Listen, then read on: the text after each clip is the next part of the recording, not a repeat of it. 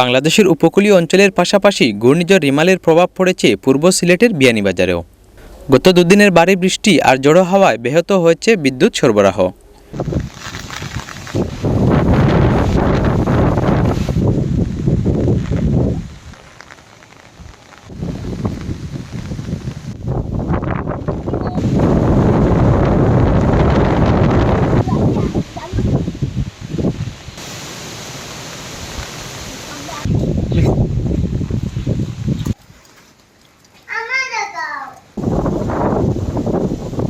উপজেলার অনেক স্থানে দেখা যায় গাছপালা উপড়ে পড়ে আছে।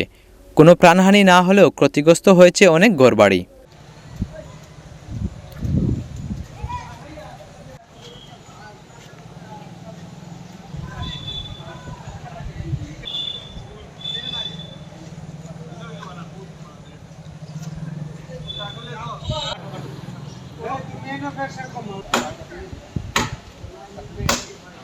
টানা বর্ষণে নদ নদীর পানি বৃদ্ধির ফলে পানিতে তলিয়ে গেছে অনেক কৃষিজমি। আশঙ্কা রয়েছে বন্যার।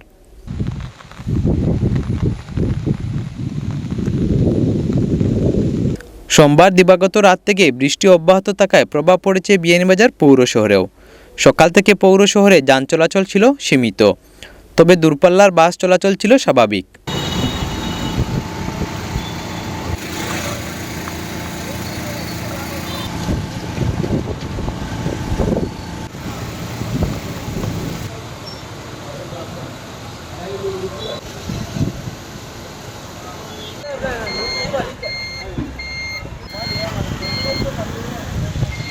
ঘূর্ণিঝড় রিমালের তাণ্ডব শেষ হলেও এর প্রভাব এখনও রয়ে গেছে।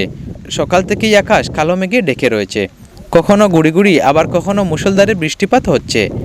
আগামীকালও সিলেট সহ দেশের বিভিন্ন অঞ্চলে থাকতে পারে এর প্রভাব।